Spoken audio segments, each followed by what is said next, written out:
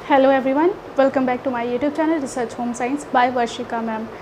आज हम लोग जो डिस्कस करने वाले हैं, आज हमारा नेट जेआरएफ के ही बैच में नेक्स्ट जो थर्ड टॉपिक है वो होने वाला है प्रतिचयन, या इसे इंग्लिश में हम लोग कहते हैं सैम्पलिंग। पिछली क्लास में आप लोगों ने डेटा पढ़ा हुआ था, समंक पढ़ा हुआ था कि जो भी शोध करता है या अनुसंधान करता है, उसकी जो भी समस्या है उसे सुलझाने के लिए उसे कहीं ना कहीं से कुछ आंकड़े चाहिए, कुछ जानकारियाँ चाहिए। तो उन्हीं डेटा के बारे में हमने पिछली क्लास में पढ़ा हुआ है। अब जो भी सरकारी, अर्ध सरकारी या अंतर्राष्ट्रीय जो भी प्रकाशक हैं, जहाँ से हमें कुछ सूचनाएं प्राप्त होती हैं, चाहे बुलेटिन के रूप में हो, पत्रिकाओं के रूप में हो, डायरी सर्वेक्षण के रूप में हो, तो उनमें से अगर हमें कोई भी तथ्य चुनना है, कोई जानकारी चुननी है कि हमारे लिए कौन सा ऐसा एरिया हम चुने, व्यक्ति को चुने, वस्तु को चुने, संख्याओं को चुने, जिससे कि हमारी समस्या जो है सुलझ सके और हम जिस दिशा में जाना चाहते हैं, कोई नई जानकारी एकत्रित करना चाहते हैं, तो उस दिशा में आगे बढ़ सके। तो ध्यान दीजिएगा, जो हमने पिछले डेटा पढ़े हुए हैं, समंक हमने पढ़े हुए हैं, उन आंकड़ों को, व्यक्तियों से संबंधित जानकारियों को या अपनी समस्या से संबंधित जानकारियों को हमें जब चुनना होता है तो हम प्रतिचयन या सैम्पलिंग विधि का प्रयोग करते हैं। सैम्पलिंग का अर्थ आपसे कह दें नमूना, ठीक है। जैसे कि किसी भी चीज़ का सैंपल लेना, कि थोड़े से ही हम समग्र का या संपूर्ण का एक आइडिया लगा लेते हैं कि कोई चीज़ अगर थोड़ी सी मात्रा है तो ये ऐसी है, तो अगर यही चीज़ बड़ी मात्रा में होगी, बड़ी क्वांटिटी में होगी, तो यही जितना हमने चुना हुआ है ये समग्र का प्रतिनिधित्व करेगा। तो प्रतिचयन विधि क्या है कि जो हमने तथ्य इकट्ठा किए हैं या हमारी समस्या या हमारे जो शोध का शीर्षक है, टॉपिक है, उससे संबंधित जो भी जानकारी है, उन सभी जानकारियों में से सबसे बेस्ट या सर्वोत्तम का चुनाव करना ही प्रतिचयन कहलाता है या फिर सैम्पलिंग कहलाती है। अब यहाँ पे देखिएगा, आपके सामने इस टॉपिक में 3 शब्द आएंगे। पहले उन शब्दों का अर्थ समझ लीजिए ताकि आगे चल करके अगर वो शब्द फिर से रिपीट होते तो आपको वो बातें समझ में आ जाए। एक शब्द है पैरामीटर, एक शब्द है सांख्यिकी, एक शब्द है न्यायादर्श। अब ये जो तीनों शब्द हैं, ध्यान दीजिएगा, ये इसी चैप्टर से संबंधित है और आपको अनुसंधान के क्षेत्र में ये शब्द हमेशा दिखेंगे। एक चीज़ और आपको बता दें कि जो ये चीज़ें हम लोग पढ़ रहे हैं गृह विज्ञान अनुसंधान चैप्टर के अंतर्गत, जो कि नेट जेआरएफ का ही एक सिलेबस का एक हिस्सा है, तो आपको वैसे तो अनुसंधान की क्लासेस कोई जनरली देता नहीं होगा, लेकिन गृह विज्ञान में अगर हम अनुसंधान की बातें करें तो जो भी हमारे क्षेत्र या हमारा शोध का जो भी शीर्षक है उससे संबंधित अगर हम कोई शोध कार्य करना चाहते हैं तो इन्हीं सब विधियों का प्रयोग करते हुए अपनी समस्याओं को सुलझा सकते हैं। ध्यान दीजिएगा, ये ऐसे शब्द हैं जो कि अनुसंधान में प्रयोग होते हैं। शोध कार्य या शोध की विधियाँ सारी वही चीज़ें होंगी जो हम लोग अनुसंधान में करते हैं। तो जब हम कोई भी समस्या को सुलझाने के लिए शोध कार्य अपने गृह विज्ञान विषय के क्षेत्र में करते हैं तो वही कहलाता है गृह विज्ञान अनुसंधान। इसी के अंतर्गत आज हम लोग देखेंगे कि जो भी तथ्य है, वस्तुओं का, व्यक्तियों का, आंकड़ों का हम चुनाव कर रहे हैं वो हम किस विधि से करते हैं। सबसे पहले हम यहाँ पे देखेंगे, एक शब्द आपके सामने लिखा है पैरामीटर। ध्यान दीजिएगा, इसे प्रचालक भी कहा जाता है। पैरामीटर शब्द को प्रचालक नाम से भी जाना जाता है। इसकी क्या खासियत है कि जब शोधकर्ता अपनी समस्या को सुलझाने के लिए प्रत्येक तथ्यों पे ध्यान देता है, संपूर्ण जानकारियों पे ध्यान देता है या शोध कार्य संपूर्ण क्षेत्र पे करता है, तब वह कहलाता है पैरामीटर प्रतिचयन, या हम कह सकते हैं पैरामीटर या फिर प्रचालक। ठीक है, ध्यान दीजिएगा, क्या है इसकी विशेषता। शोधकर्ता संपूर्ण तथ्यों का अध्ययन करता है। ठीक है, अब आगे देखिएगा, आपके सामने एक शब्द लिखा हुआ है सांख्यिकी। यहाँ पे आपने देखा पैरामीटर या प्रचालक क्या है, जब शोधकर्ता संपूर्ण तथ्यों का अध्ययन करता है, किसी क्षेत्र से संबंधित कुछ तथ्यों का नहीं, संपूर्ण तथ्यों का अध्ययन करता है, तब वही विधि कहलाएगी पैरामीटर या प्रचालक। उसके लिए प्रयोग होने वाला शब्द है प्रचालक। फिर देखिएगा सांख्यिकी क्या है। जब शोधकर्ता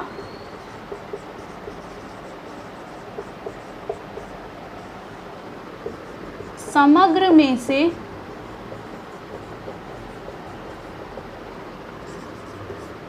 कुछ तथ्यों का अध्ययन करता है, तब यह कहलाती है सांख्यिकी। ठीक है, अभी आपको ये चीज़ें क्या है आपको अच्छे से समझा भी देंगे। फिर ध्यान दीजिएगा कि जब सांख्यिकी क्या है, पहली बात तो आपने प्रचालक में देखा, जो भी अध्ययन करता है, रिसर्चर है, वो संपूर्ण तथ्यों की जानकारियों को अध्ययन करता है, समस्त क्षेत्रों में स्वयं जाता है, सभी तथ्यों की अच्छे से विस्तृत जानकारी एकत्रित करता है, शोध करता है या रिसर्च करता है। लेकिन फिर आप देख रहे हैं एक दूसरा शब्द है सांख्यिकी। यहाँ पे क्या प्रयोग है, प्रतिचयन में सांख्यिकी का क्या अर्थ है, जब शोधकर्ता समग्र में से जितनी हमारे पास जानकारियाँ हैं, कोई भी एक, मान लीजिए कोई एक टॉपिक हमारे पास कुछ डेटा इकट्ठे हुए हैं, उनमें से हम कुछ को चुन करके उसका अध्ययन करते हैं, तो वही कहलाता है सांख्यिकी। ठीक है, फिर ध्यान दीजिएगा न्यायादर्श। ध्यान दीजिएगा, शोधकर्ता द्वारा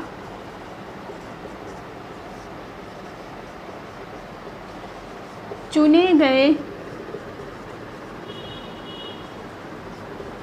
कुछ तथ्यों को न्यायादर्श कहते हैं। न्यायादर्श कहते हैं, ये शब्द की लाइन जो है आप इसको मीनिंग जरूर याद रखिएगा, इसे ही हम लोग न्यायादर्श कहते हैं। फिर से देखिएगा क्या चीज़ है यहाँ पे, पैरामीटर क्या है। हम सैम्पलिंग विधि प्रतिचयन के अंतर्गत ये पढ़ रहे हैं कि जब हम जो भी हमारे पास विस्तृत जानकारियाँ हैं, तो जब पैरामीटर प्रचालक के अंतर्गत क्या है कि शोधकर्ता संपूर्ण तथ्यों की विस्तृत अध्ययन करता है या जानकारी एकत्रित करता है।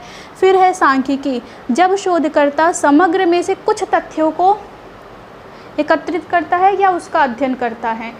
तो ये तथ्य वो होंगे जो समग्र का प्रतिनिधित्व कर सके।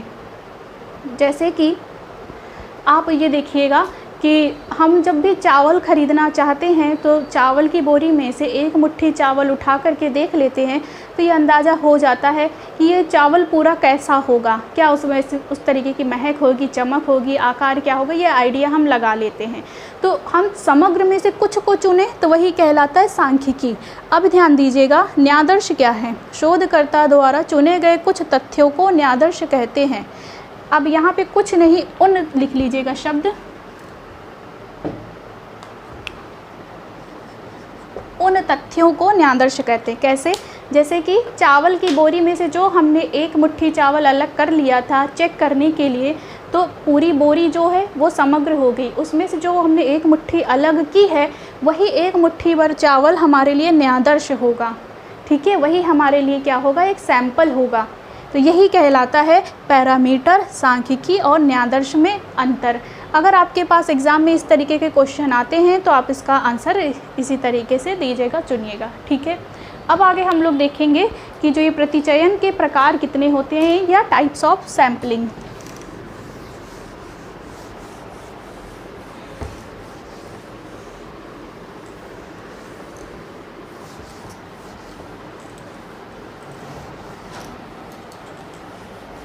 टाइप्स ऑफ सैम्पलिंग के अंतर्गत आप देखेंगे यह दो प्रकार के होते हैं।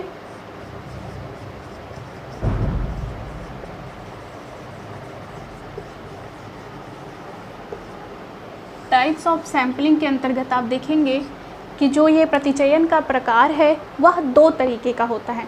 पहला नाम आप लोग लिख लीजिएगा, संभाव्य प्रतिचयन, संभाव्य प्रतिचयन। दूसरा लिखिएगा असंभाव्य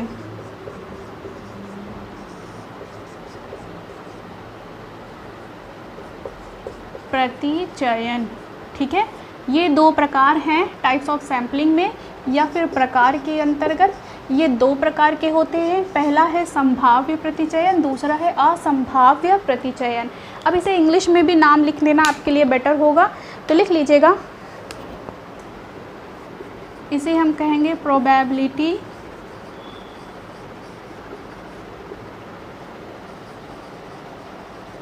सैम्पलिंग। ओके, प्रोबेबिलिटी सैम्पलिंग का शब्द इसके लिए प्रयोग होगा। दूसरा जो है असंभाव्य, इसके अंतर्गत आप लोग लिख लीजिएगा नॉन प्रोबेबिलिटी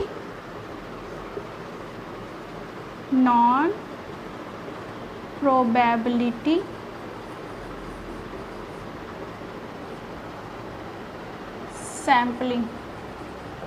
ठीक है, शॉर्ट में ये लिख दिया है, आप लोग चाहें तो अपने नोट्स में फुल लिख लीजिएगा।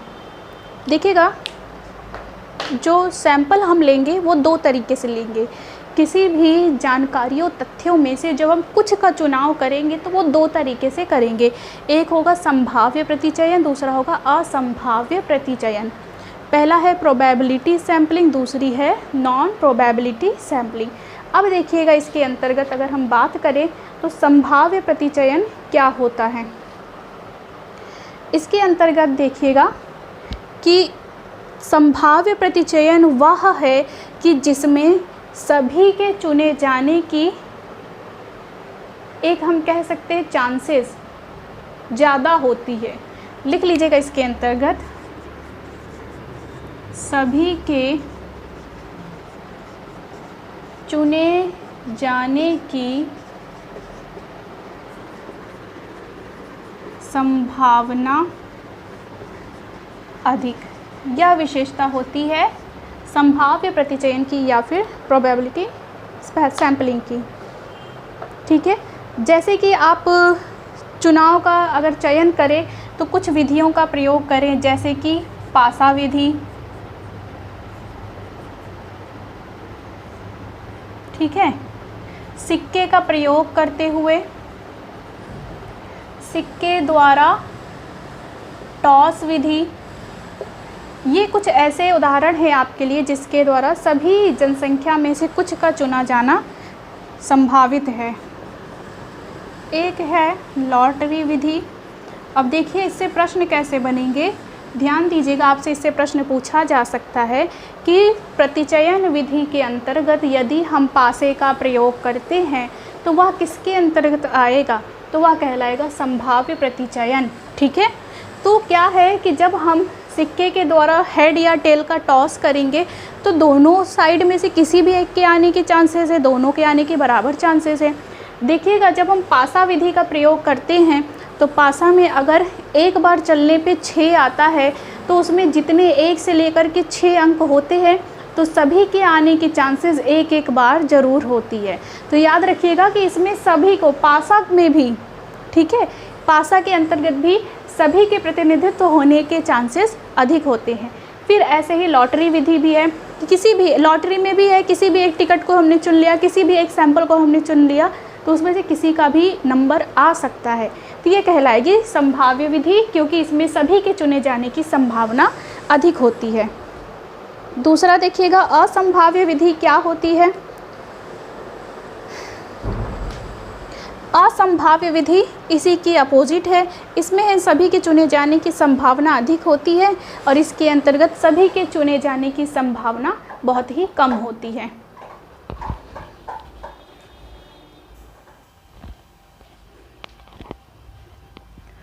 असंभाव्य विधि की अगर बात की जाए तो असंभाव्य विधि या नॉन प्रोबेबिलिटी सैम्पलिंग वह विधि है कि जिसमें समग्र में से सभी के गुणों को चुना जाना आवश्यक नहीं है। इनमें देखिए कि सभी चुने जाने की संभावना है, लेकिन उसी का अपोजिट होगा, इनमें क्या होगी, सभी के चुने जाने की संभावना नहीं होगी। सभी के चुने जाने की संभावना कम, ठीक है, इसमें संभावना कम होती है। अब हम लोग देखेंगे कि प्रकार के अंतर्गत संभाव्य प्रतिचयन के कितने प्रकार हैं और असंभाव्य प्रतिचयन के कितने प्रकार हैं। तो इरेज कर दें।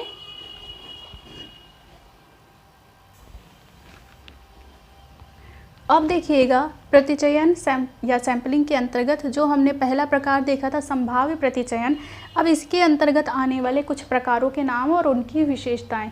तो देखिएगा इनमें आप सबसे पहला नाम लिखिएगा साधारण यादृच्छिक, साधारण यादृच्छिक प्रतिचयन। ये प्रोबेबिलिटी सैंपलिंग के अंतर्गत आने वाला पहला प्रकार है।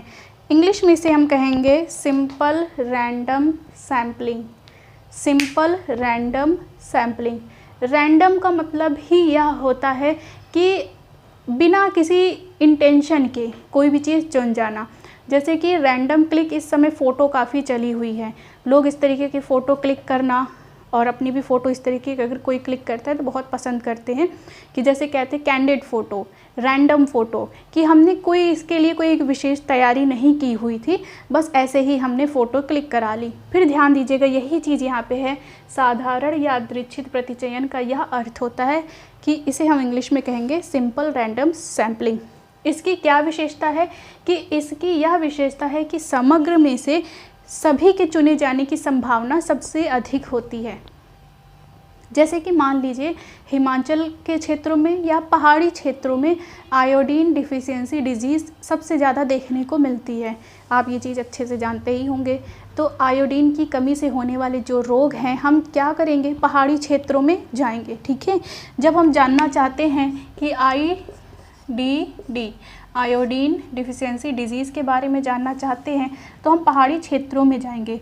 उन पहाड़ी क्षेत्रों में अगर रहते हैं कितने लोग, 500 लोग।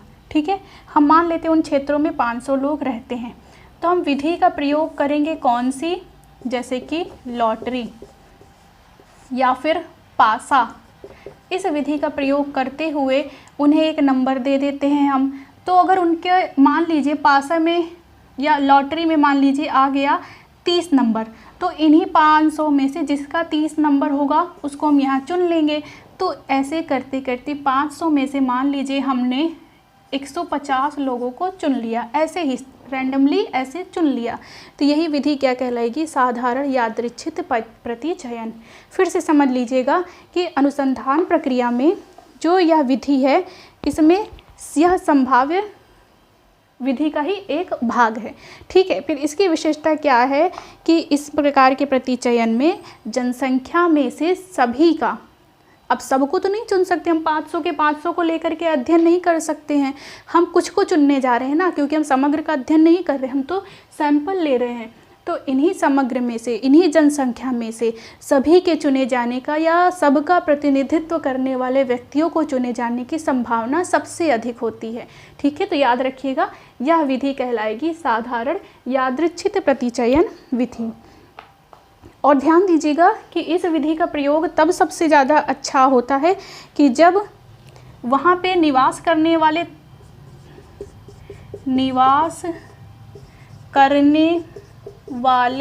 लोग या फिर हम जिन सैंपल को चुनना चाहते हैं उनकी विशेषता एवं गुण सजातीय होती है। सजातीय गुण वाले अगर व्यक्ति हैं, उनकी विशेषता है, तथ्यों का या सैंपल के गुण है, तो उनमें इस विधि का प्रयोग करना सबसे बेस्ट होता है। ये लाइन आप ज़रूर याद रखिएगा। सजातीय गुण वाले तथ्यों के अध्ययन के लिए या सजातीय गुण वाले सैंपल के प्रतिचयन के लिए कौन सी विधि सर्वश्रेष्ठ होगी, तो आंसर होगा साधारण यादृच्छिक प्रतिचयन। क्योंकि यहाँ पे जो ये 500 लोग हैं ना, इनकी सबकी विशेषताएं क्या है, सेम है। ये सभी पहाड़ी क्षेत्र में रहने वाले लोग हैं, तो इनकी विशेषताएं भी, इनका शारीरिक बनावट, रंग, भोजन, रहन सहन का तरीका सब एक जैसा है। तो इसीलिए इस विधि के द्वारा इनको चुनना या सैंपल चुनना सबसे अच्छा होगा। ठीक है, अब इसके बाद हम लोग देखेंगे दूसरा प्रकार।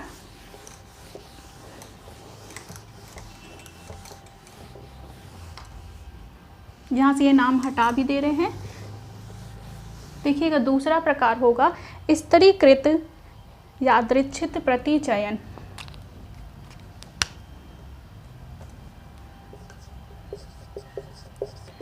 स्तरीकृत यादृच्छिक प्रतिचयन।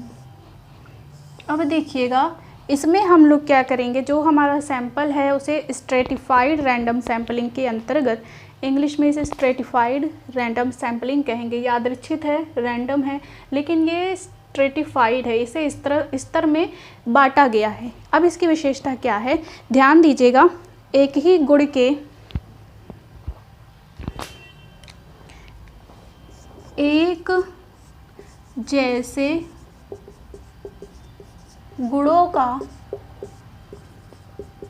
प्रतिनिधित्व करने वाले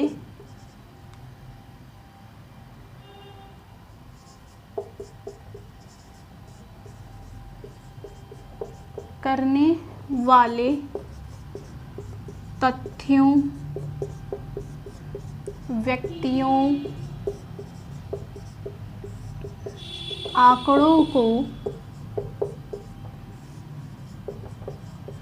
अलग अलग श्रेणी में बांटना।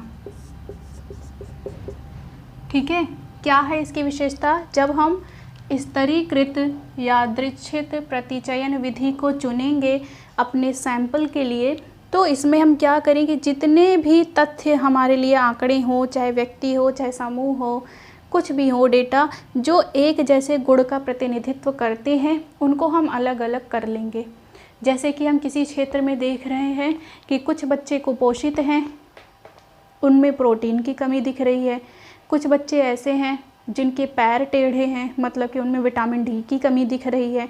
कई महिलाएं ऐसी हैं कि जिनका शरीर पीला पड़ गया है, मतलब उनमें रक्त की कमी है। कई महिलाएं ऐसी हैं जिनके पैरों में सूजन है, मतलब उनके शरीर में सोडियम की मात्रा अधिक है, उनको ओडिमा या एडिमा की समस्या है। तो देखिए, ये अलग अलग समस्या को प्रदर्शित करने वाले तथ्य हो गए। अब इन्हीं तथ्यों के आधार पे जितने भी व्यक्ति हमें मिलेंगे, किस आधार पे, जैसा हमने मान लिया कि विटामिन डी की कमी, अब ऐसे लोग जिनमें विटामिन डी की कमी है, कुछ ऐसे लोग जिनमें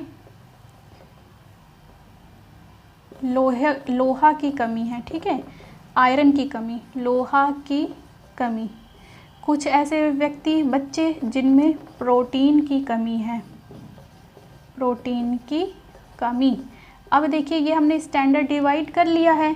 ये क्या है, ये है एक गुण कि इनमें ये ऐसे व्यक्ति जिनमें विटामिन डी की कमी, अब इनकी संख्या 50 हो सकती है, हो सकता है आयरन की कमी वाले लोगों की संख्या 60 हो, प्रोटीन की कमी के लोग जो हैं उनमें इनकी संख्या 35 हो। अब ये प्रतिनिधित्व कर रहे हैं ना, 50 लोग ऐसे हैं जो विटामिन डी की कमी को प्रदर्शित कर रहे हैं, 35 लोग ऐसे हैं जो प्रोटीन की कमी को प्रदर्शित कर रहे हैं।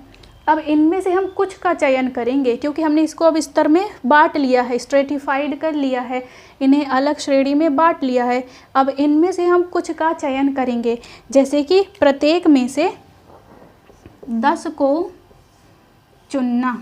ठीक है, हम हर में से, सब में से 10-10 लोगों को चुन लिए हैं, तो यही विधि क्या कहलाएगी, संभाव्य प्रतिचयन की स्तरीकृत यादृच्छिक प्रतिचयन। ठीक है, इस बात को ध्यान दीजिएगा। लेकिन इसमें ये भी है कि आप देख रहे हैं विटामिन डी की कमी से लोग कितने हैं, 50, लोहा की कमी से लोग संख्या ज़्यादा है, प्रोटीन की कमी से सबसे कम संख्या है, लेकिन हम चुन कितने को रहे हैं, 10 10 10। तो ये जो 10 है, इसका प्रतिनिधित्व काफ़ी अच्छे से कर सकेंगे, क्योंकि ये जो समग्र है ये कम है, इनमें से हमने जो चुना वो रेशियो देखिए ज़्यादा है, जबकि ये संख्या सबसे ज़्यादा है, फिर भी इसमें से हमने चुना कितना है, 10 है, तो ये रेशियो काफ़ी कम है। तो इस तरीके के तथ्यों के अंतर्गत हमें एक जैसे गुण के व्यक्ति ज़्यादा भी मिल सकते हैं, कम भी मिल सकते हैं, तो इसका जो परिणाम है वो हमेशा शुद्ध आए ऐसा आवश्यक नहीं है। तो फिर भी ध्यान दीजिएगा, स्तरीकृत यादृच्छिक प्रतिचयन विधि क्या है, एक जैसे गुण का प्रतिनिधित्व करने वाले। अब गुण देखिए क्या थे, विटामिन डी की कमी, ये गुण है, प्रोटीन की कमी, लोहे की कमी। तो इनका प्रतिनिधित्व करने वाले व्यक्तियों के आंकड़ों को हमने यहाँ पर लिख लिया। अब इनमें से हमने सैंपल के तौर पे 10 चुन लिए। तो यह विधि कहलाएगी स्तरीकृत यादृच्छिक प्रतिचयन। अब इसके बाद हम लोग देखेंगे संभाव्य प्रतिचयन का। अब तीसरा प्रकार होगा गुच्छ प्रतिचयन। गुच्छ प्रतिचयन, याद रखिएगा, इसे ही हम लोग एरिया सैम्पलिंग भी कहते हैं। एरिया सैम्पलिंग शॉर्ट में हमने लिख दिया है, आप फुल लिख लीजिएगा, गुच्छ प्रतिचयन या एरिया सैम्पलिंग। अब इसमें क्या करेंगे हम लोग, जैसे किसी भी क्षेत्र में हम गए हैं जानकारी एकत्रित करने के लिए, तो उसमें हम ऐसे ही जितनी पूरी जनसंख्या है, जैसे मान लीजिए ये पूरी जनसंख्या है, ठीक है, ये पूरी क्या कहलाएगी, जनसंख्या। अब इनमें से हम ऐसे ही रैंडमली कुछ लोगों को एक ग्रुप में बांट दिए, कुछ लोगों को एक ग्रुप में बांट दिए, कुछ को एक ग्रुप में, कुछ को अलग ग्रुप में। इस तरीके से हम लोगों का समूह इकट्ठा कर लिए हैं। तो जितनी संख्या थी, मान लीजिए कि 500 लोगों की संख्या थी, तो 500 में से 100 हमने 5 जगह इनको बांट लिया, ठीक।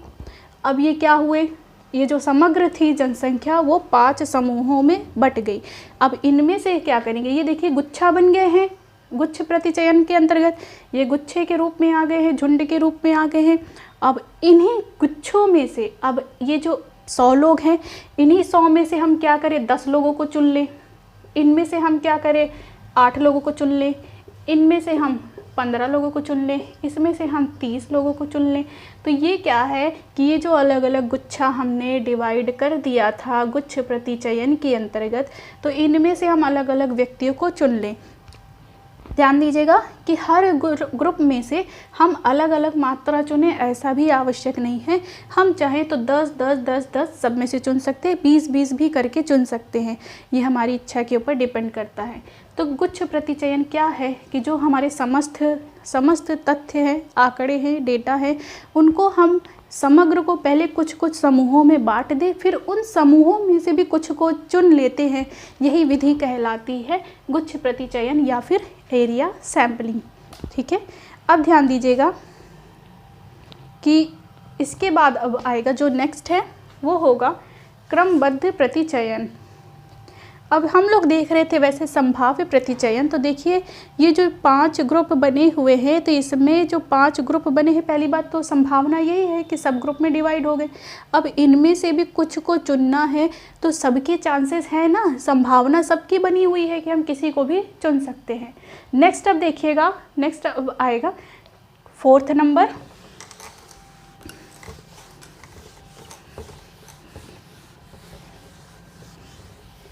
फोर्थ नंबर का प्रकार कहलाएगा क्रमबद्ध प्रतिचयन।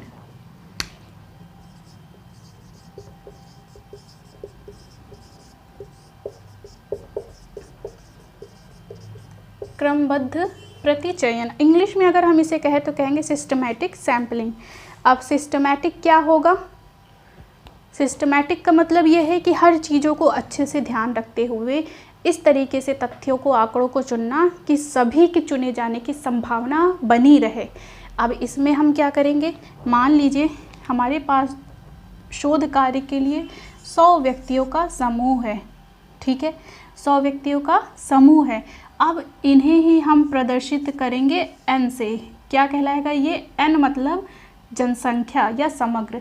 अब हम क्या करेंगे, इन्हें ही डिवाइड करना शुरू कर देंगे। तो इनमें से 100 में से हर 10वें व्यक्ति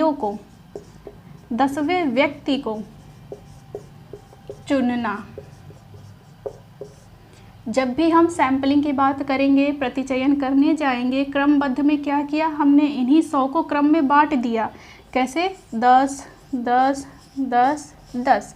अब इन्हीं 10 में से हर 10वें नंबर पे जो भी व्यक्ति आ रहा है उसे हमने क्रम में बांटा हुआ था, हर 10वें व्यक्ति को हम चुन लेंगे। तो इस तरीके से क्या हो गया, संभावना तो हर व्यक्ति की बनी हुई है। हमने ये नाम देख करके अलग नहीं किया है कि कोई पहचान का है तो 10वें नंबर पे तुम खड़े हो जाओ, ऐसा नहीं है।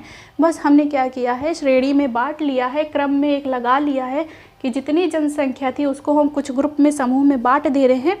तो ध्यान दीजिएगा, उसमें से हर 10वें व्यक्ति को अगर चुन लेते हैं तो यह विधि कहलाएगी क्रमबद्ध प्रतिचयन, या फिर हम इंग्लिश में कहें तो सिस्टमैटिक सैम्पलिंग। ठीक है, अब देखिएगा, अब हम लोग दूसरा देखेंगे असंभाव्य प्रतिचयन के प्रकार। तो ये वाला यहीं तक था, अब इसके आगे दूसरा शुरू होगा।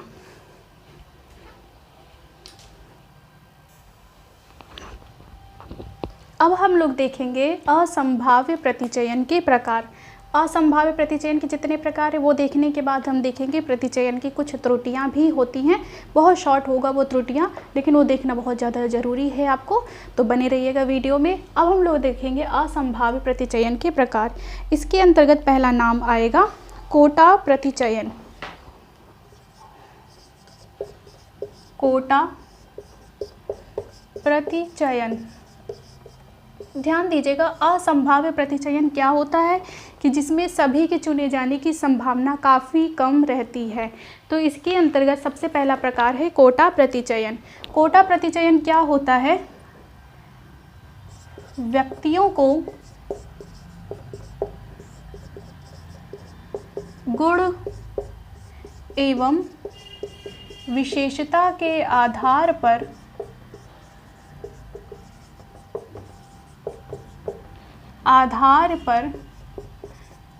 पहले श्रेणी में बांट लिया जाता है।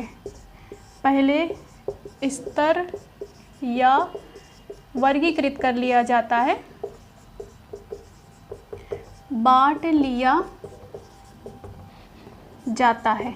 ठीक है, फिर इसमें से जो भी अनुसंधान करता है वो अपनी इच्छा अनुसार किसी भी, जो अलग अलग श्रेणी हमने बांटी थी उनमें से किसी भी व्यक्ति को चुन सकता है। फिर क्या है, शोधकर्ता श्रेणी में से अपनी इच्छा अनुसार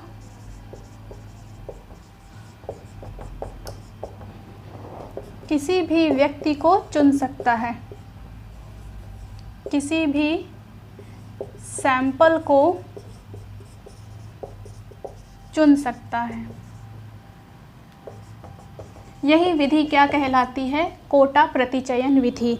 ध्यान दीजिएगा, अब इसमें सभी के चुने जाने की संभावना कम होने लगी है, क्योंकि इसमें हमने क्या किया है, गुण और विशेषताओं के आधार पे तो अलग अलग हमने कर लिया, लेकिन हमने रैंडमली किसी को नहीं चुना है। हम अपनी इच्छा अनुसार चुन रहे हैं, हमें जो लग रहा है कि ये हमारे लिए कारगर हो सकता है, ये हमारे लिए एक अच्छे आंकड़े का या डेटा के रूप में प्रयोग हम इसका कर सकते हैं, तब हम उसे चुन ले रहे हैं। तो ये शोधकर्ता अपनी इच्छा अनुसार अगर इसे चुन रहा है तो ये असंभाव्य प्रतिचयन का ही एक प्रकार है, और ये क्या कहलाएगा, कोटा प्रतिचयन। ठीक है, अब दूसरा इसके बाद हम लोग देखेंगे, आप लोग नोट भी करते चलिएगा, ये सब चीज़ें बहुत ज़्यादा इंपॉर्टेंट हैं, क्योंकि आपको होम साइंस में अनुसंधान कोई पढ़ाता नहीं होगा, और नेट में इस तरीके के क्वेश्चन ज़रूर आएंगे ही, 110% इस तरीके के क्वेश्चन आएंगे। दूसरा आप लोग लिखिएगा आकस्मिक प्रतिचयन। आकस्मिक प्रतिचयन, अब आकस्मिक हो रहा है, ठीक है, एक्सीडेंटली हो रहा है, इसका हमने कोई पहले से प्लानिंग नहीं कर रखी है। इस तरीके से, जैसे मान लीजिए हम जो भी हमारे एरिया में पत्रकार महोदय आते हैं, जैसे किसी भी क्षेत्र में कोई बात हो गई है, संवाददाता हैं जो टेलीविज़न न्यूज़ चैनल से जुड़े हुए लोग हैं, वो किसी भी क्षेत्र में आते हैं, तो जहाँ पे उन्होंने देखा कुछ व्यक्तियों का समूह है, वहाँ पे अपना माइक लेकर पहुँच जाते, पूछते हैं कि ये महंगाई, ये टमाटर इतने रुपए किलो हो गया है, महंगाई इतनी होगी, ये एलपीजी सिलेंडर इतना रुपए पहुँच गया है, इसके बारे में आपका क्या ख्याल है। तो देखिए, वो उन व्यक्तियों को पहले से नहीं जान रहे हैं, ना ही उन्होंने किसी प्रकार के समूह का निर्माण किया है, वो तो आकस्मिक रूप से किसी भी क्षेत्र में गए, रुके, कुछ लोग उन्हें दिख गए, तो उनके मन में ये सवाल था, वो पूछना चाहते थे, तो समूह में से किसी को भी बुला करके ये सवाल पूछ लिया। उन्होंने पहले से इस तरीके का प्लान नहीं बनाया था, तो जिस तरीके का जवाब उस व्यक्ति ने दिया, उसी जवाब से जुड़ा हुआ उन्होंने दूसरा सवाल बना लिया। तो इस तरीके से किसी भी तरीके से, या अगर इस विधि का हम प्रयोग करते करते हुए हम तथ्यों को एकत्रित करते हैं, सैंपल लेना चाहते हैं, तो यही विधि क्या कहलाएगी? आकस्मिक प्रतिचयन विधि। ठीक है, इसकी विशेषता क्या है कि शोधकर्ता कोई भी पूर्व योजना नहीं बनाता है। ठीक है, आकस्मिक रूप से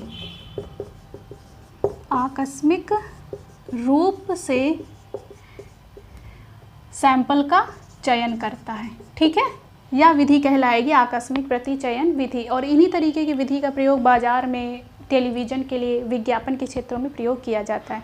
जैसे कि कोई भी व्यक्ति पहुंच गया मार्केट में कि आपके घर में कौन से ब्रांड का साबुन प्रयोग किया जाता है, किसी ने कह दिया लक्स, किसी ने कह दिया संतूर, किसी ने डव, किसी ने डेटॉल, किसी ने लाइफ बॉय, अलग अलग नाम बताया।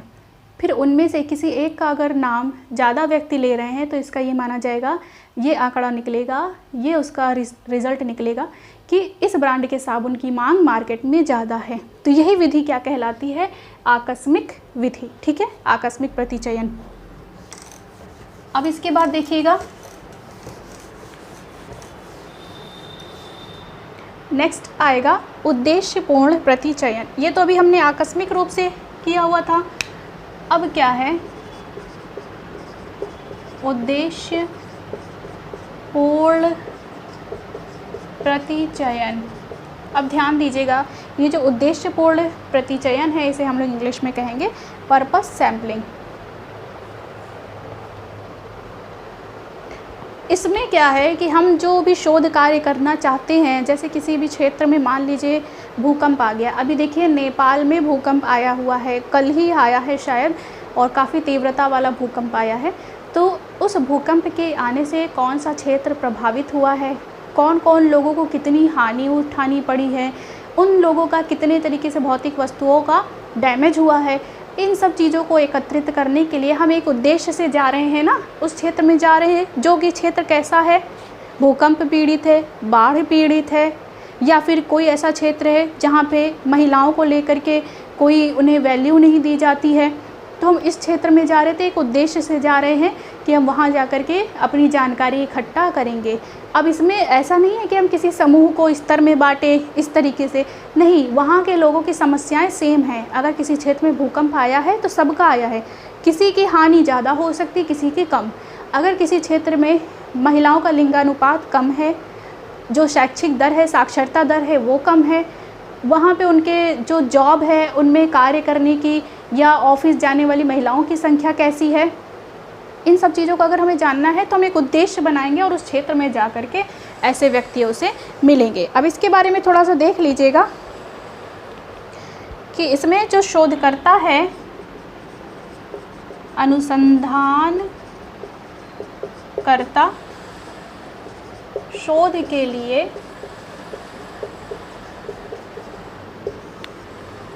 विशिष्ट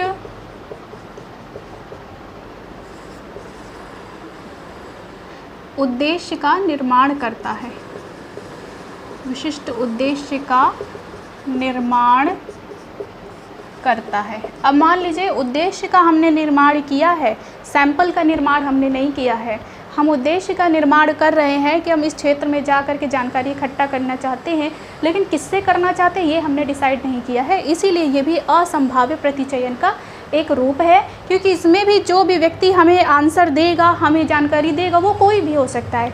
इसके लिए हमने पहले से कोई भी प्लानिंग नहीं की है। अब लास्ट एक देख लीजिएगा, सबसे ज़्यादा इम्पॉर्टेंट प्रकार है असंभाव्य प्रतिचयन विधि के अंतर्गत सबसे इम्पॉर्टेंट प्रकार है जिसे हम कहेंगे हिमगेंद प्रतिचयन।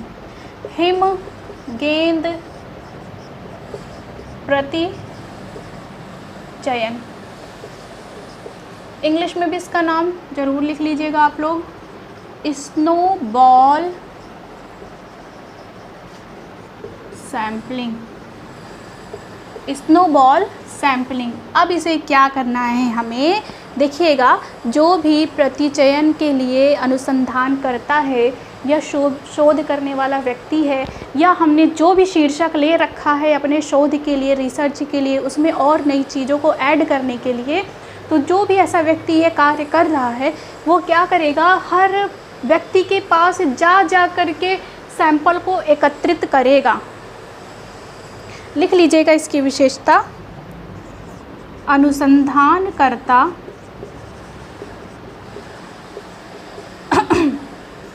अनुसंधानकर्ता प्रत्येक व्यक्ति के पास जाकर, प्रत्येक व्यक्ति के पास एक के बाद दूसरे, फिर तीसरे, ऐसे वो जाता रहेगा, तीसरे के पास जाकर जानकारी एकत्रित करता है, जानकारी एकत्रित करता रहता है जब तक उसे संतुष्टि एवं परिणाम ना मिल जाए, ना मिल जाए। यही विधि कहलाएगी स्नोबॉल सैम्पलिंग। इसमें जो भी अनुसंधान करता है, रिसर्चर है, वो असंभाव्य प्रतिचयन के अंतर्गत क्या करेगा कि हिमगेंद प्रतिचयन में जो अनुसंधान करता है वो किसी भी व्यक्ति के पास जाकर के कुछ जानकारी लिया, उससे कुछ प्रश्न पूछा, उसने आंसर दे दिया, ठीक।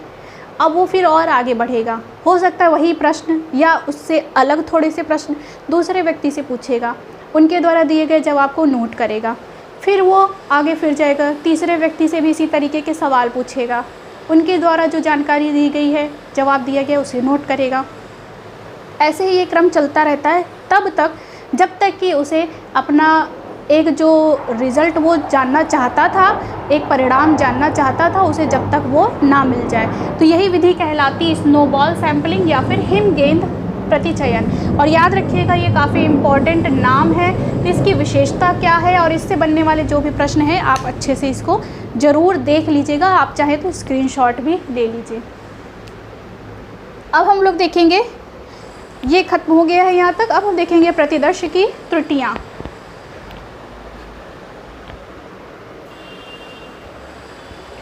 अब हम लोग देखेंगे प्रतिदर्श की त्रुटियाँ। आप सोच रहे होंगे प्रतिदर्श ये नया शब्द, ध्यान दीजिएगा, न्यादर्श या प्रतिदर्श सेम शब्द होते हैं। हमने अपने तथ्यों में से, जानकारियों में से, जिसमें समग्र में से कुछ को जो चुना हुआ है वही क्या कहलाएंगे, न्यादर्श या फिर प्रतिदर्श। दोनों सेम शब्द है, दोनों सैंपल हैं हमारे लिए। प्रतिदर्श की त्रुटियाँ क्या होती है कि जब हम जो भी सैंपल लिए हैं अगर उसकी संख्या ज़्यादा है और हमने जो सैंपल लिया है वो काफ़ी कम मात्रा में लिए हैं, तो हमारा जो परिणाम है वो त्रुटिपूर्ण आ सकता है, ठीक है। ध्यान दीजिएगा कि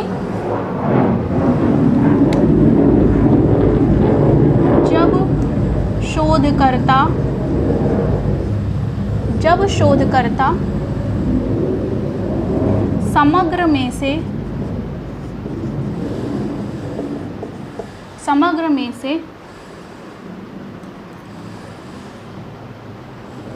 सैंपल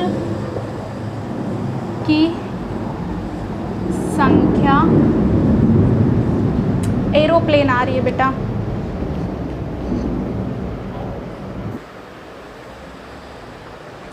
शायद कोई ट्रेनिंग चल रही है, इसी वजह से आजकल डेली एरोप्लेन की आवाज़ काफ़ी ज़्यादा आती है, तो आप लोग उसको अवॉइड करिएगा।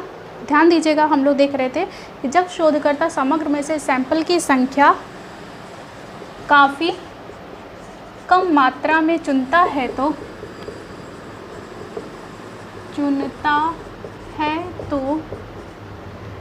परिणाम में त्रुटि या दोष उत्पन्न होता है। देखिएगा कि अगर हमारे पास आंकड़ों की समस्या की मात्रा ज़्यादा है, लेकिन उसमें से जो हम परिणाम चाहते हैं, तथ्य, आंकड़े, डेटा, जानकारियाँ चाहते हैं, वो कम मात्रा में ले। तो जब वो अगर हमारा जो क्षेत्र है वो बड़ा है, लेकिन उसके लिए हम प्रयोग जो कर रहे हैं आंकड़े वो कम है, तो उससे हमें प्राप्त परिणाम भी कम होगा। तो यही क्या कहलाती है? प्रतिदर्श की त्रुटियाँ। जब शोधकर्ता समग्र में से सैंपल की संख्या काफ़ी कम मात्रा में चुनता है या जानकारियाँ कम एकत्रित करता है या चयन करता है, तो परिणाम में त्रुटि या दोष उत्पन्न हो जाता है। यही कहलाती है प्रतिदर्श की त्रुटियाँ। इन्हें दूर करने का कोई विधि नहीं है, कोई उपाय नहीं है। बस हम ये कर सकते हैं इन त्रुटियों को दूर करने के लिए जो भी हम जनसंख्या चुन रहे हैं या फिर हम जो सैंपल ले रहे हैं उसकी मात्रा को बढ़ा देना चाहिए। ठीक है, जैसे कि मान लीजिए हम 100 में से अगर हम लोग 5 व्यक्तियों को चुन करके शोध कार्य करेंगे तो उसके परिणाम, और अगर हम 100 में से 35 लोगों को चुन करके शोध कार्य करेंगे तो उसके परिणाम, दोनों में अंतर होगा, दोनों के रिज़ल्ट में अंतर होगा। तो यही हमें करना चाहिए कि अगर हमारे प्रतिदर्श में त्रुटियां उत्पन्न हो रही है, हमारे शोध कार्य में त्रुटियां उत्पन्न हो रही हैं, तो जो भी हम सैंपल या प्रतिचयन करने चले हैं उनकी संख्या को बढ़ा देना चाहिए। तो यहीं तक था ये वीडियो। ये चैप्टर भी आपका आज 3rd क्लास था, 3rd चैप्टर भी आज आपका ख़त्म हो गया है।